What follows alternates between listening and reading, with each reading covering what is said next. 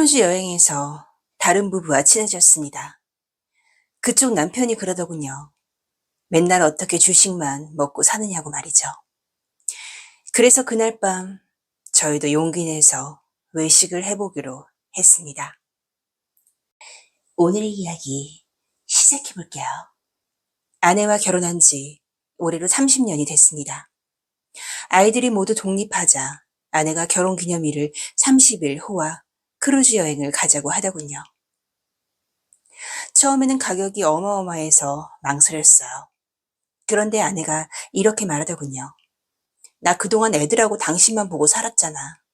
이번에는 나도 제대로 한번 여행 가고 싶어. 그 말을 듣고 나니 안 갈 수가 없었습니다. 조금 무리해서라도 다녀오자 싶어 결국 예약을 했죠. 말로만 듣던 호화 크루즈는 정말 없는 게 없었습니다. 배가 멈추는 도시에서는 함께 구경을 다녔고 바다 위를 항해하는 날에는 자연스럽게 배 안에서 보내는 시간이 많아졌어요. 그 부부를 처음 만난 건 여행 일주일 뒤였습니다. 식사를 하러 갔다가 같은 테이블에 앉게 됐는데 처음 만난 사람들 치고는 말이 참 잘 통했습니다. 나이대도 비슷했고 결혼한 기간도 비슷했어요. 아이들도 모두 독립한 상황이라 대화할 거리도 많았죠. 한 달이나 되는 여행에서 마음 맞는 사람들을 만난 것 같아서 아내도 좋아했습니다. 그날 이후 아침 식당에서 마주치면 함께 식사를 했고 관광 일정이 같으면 자연스럽게 네 사람이 같이 움직였습니다. 어느 날 선상 카페에서 커피를 마시고 있는데 그쪽 아내가 지나가던 남자를 보며 말했습니다. 저 남자 참 잘생겼다. 안 그래요, 여보? 그러자 그쪽 남편도 그 남자를 한 번 보더니 말했습니다. 그러네. 딱 당신 취향이야. 아내가 물었습니다. 사모님이 다른 남자 보고 저런 말씀 하셔도 괜찮으세요? 남자는 말했습니다. 저희는 결혼했다고 서로를 묶어두진 않습니다. 아내가 다시 물었어요. 그래도 질투 안 나세요? 이번에는 그쪽 아내가 말하더군요. 우리 남편이 다른 여자 보고 예쁘다고 하면 저도 같이 봐요. 정말 예쁜지 아닌지 둘이 이야기도 하고요. 아, 두 분은 정말 생각이 다르시네요.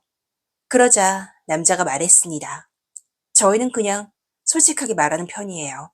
마음에 드는 사람을 봐놓고 아닌 척 하는 것보다 그게 더 편하더라고요. 그때까지는 그저 생각이 자유로운 부부라고만 생각했죠. 그런데 여행이 계속될수록 그 부부의 솔직함은 저희가 생각했던 것 이상이었습니다. 며칠 뒤 선상바에서 함께 와인을 마시던 중이었어요. 그 여자가 갑자기 저를 보며 말하더군요. 볼수록 괜찮으시네요. 아내가 바로 물었습니다. 우리 남편이 마음에 드세요? 아, 네, 볼수록 제 스타일이세요. 이번에는 그 남자가 아내에게 물었습니다. 그럼 사모님은 저는 어떠세요? 아내가 제 눈치를 보더니 말했습니다. 아, 나쁘지 않으시죠. 그 정도면 합격인 거죠? 그 부부는 이런 말을 아무렇지도 않게 주고받았습니다. 저희도 처음에는 어디까지가 농담인지 몰랐지만 며칠 같이 다니다 보니 뭐 그런가 보다 하게 되더군요. 그러던 어느 날 공연이 끝난 뒤였습니다. 네 사람이 술을 마시고 있는데 그 여자가 제 곁으로 다가와 말했습니다. 오늘은 남편 말고 다른 사람이랑 러브샷 한번 해보고 싶은데요. 저는 아내부터 봤습니다. 그런데 아내 옆에는 이미 그 남편이 앉아있더군요. 아내는 저를 보며 아무렇지도 않게 말하더군요. 여보, 한 잔인데 뭐 어때? 결국 저희는 서로 다른 사람과 팔을 걸었습니다. 잔을 비운 뒤에도 그 여자는 제 팔을 풀지 않았고 제 팔을 가슴 쪽으로 바싹 당기며 말하더군요. 우리 정말 잘 어울리는 것 같아요. 그 남편이 아내를 보며 말했습니다. 남편분이 우리 집사람을 마음에 들어 하시나 보네요. 우리도 한번 잘 맞는지 확인해 봐야 하지 않겠어요? 그 말을 듣는데 제 얼굴이 뜨거워졌어요. 그러자 그 남자가 우리 30년 동안 맨날 같은 사람만 보고 살았잖아요. 여행하는데 여기서만이라도 바꿔 지내봐요. 그리고 바로 말을 이어갔습니다. 맨날 주식만 먹고 어떻게 삽니까? 가끔은 외식도 해야죠. 그 말에 네 사람 모두 웃기는 했지만 그걸 농담으로 받아들이는 사람은 아무도 없었습니다. 그날 이후 네 사람이 앉은 자리는 달라졌습니다. 처음에는 술자리에서만 그랬어요. 그런데 며칠 뒤부터는 관광을 나갈 때도 자연스럽게 둘씩 나뉘기 시작했습니다.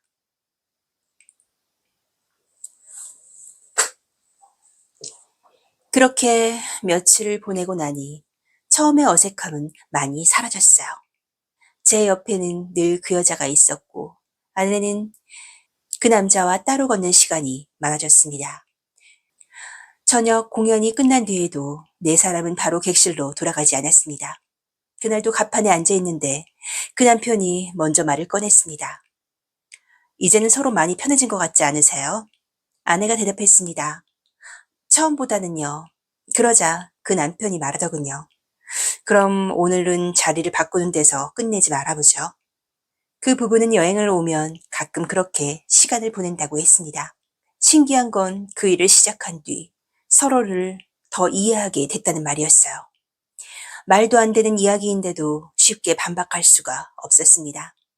그때 그 여자가 제게 다가와 물었습니다. 솔직히 저한테 관심 있으시죠? 갑작스러운 질문에 바로 대답하지 못했습니다. 그때 보니 아내는 어느새 그 남자와 나란히 서 있었습니다. 객실로 돌아가는 복도에서 우리 부부는 한동안 말이 없었습니다. 먼저 입을 연 건 아내였어요. 당신은 정말 마음에 없어? 당신은? 없다고 하면 거짓말이겠지. 아내의 대답이 생각보다 솔직하더군요. 저는 말했습니다. 나도 그래. 더는 서로 아닌 척할 필요가 없었습니다. 배에서 내리는 순간 이 여행도 그날의 일도 모두 바다에 묻어두기로 했습니다. 말로 약속한 건 아니었지만 우리 둘 다 같은 생각이었던 것 같아요. 복도 끝에서 우리는 서로 다른 객실로 향했습니다. 저는 그 여자를 따라 걸었고 아내도 말없이 그 남자를 따라갔습니다. 그렇게 그녀와 객실 안으로 들어왔는데 그 여자는 아내랑은 영 다른 사람이었어요. 눈빛부터가 아주 작정하고 덤비는 게 솔직히 처음엔 좀 겁도 났습니다. 근데 이상하게 시간이 갈수록 정신이 없어지고 30년 묵은 채증이 뻥 뚫리는 기분이 들더군요. 솔직히 말씀드릴게요. 그날 밤 내 인생에서 그런 자극은 처음이었습니다. 진짜 끝내주더라고요. 다음날 아침 선상 식당에서 아내와 눈이 마주쳤습니다. 서로 아무 말도 못했습니다. 그런데 말이죠. 아내의 얼굴을 보는데 평소와는 다르게 어딘지 모를 생기가 돌고 있었습니다. 그쪽 남편도 만족스러운 듯 미소를 짓고 있었고요.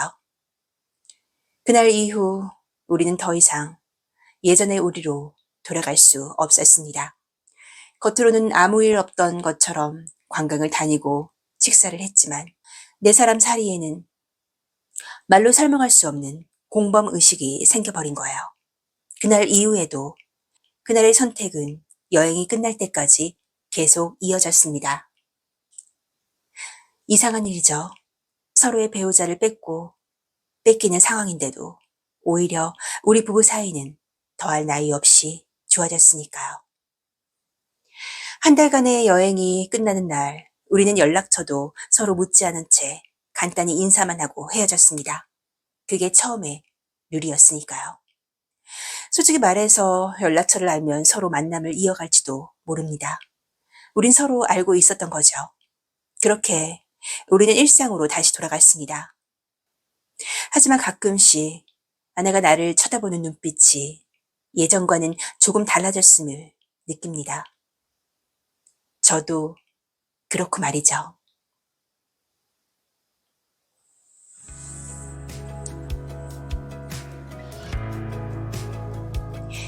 오빠들, 오늘의 이야기는 어떠셨나요? 30년 된 부부의 일탈. 이건 과연 약이었을까요? 아니면 독이었을까요? 오늘도 함께 해주신 우리 오빠들 정말 감사드립니다. 구독과 좋아요도 잊지 마세요.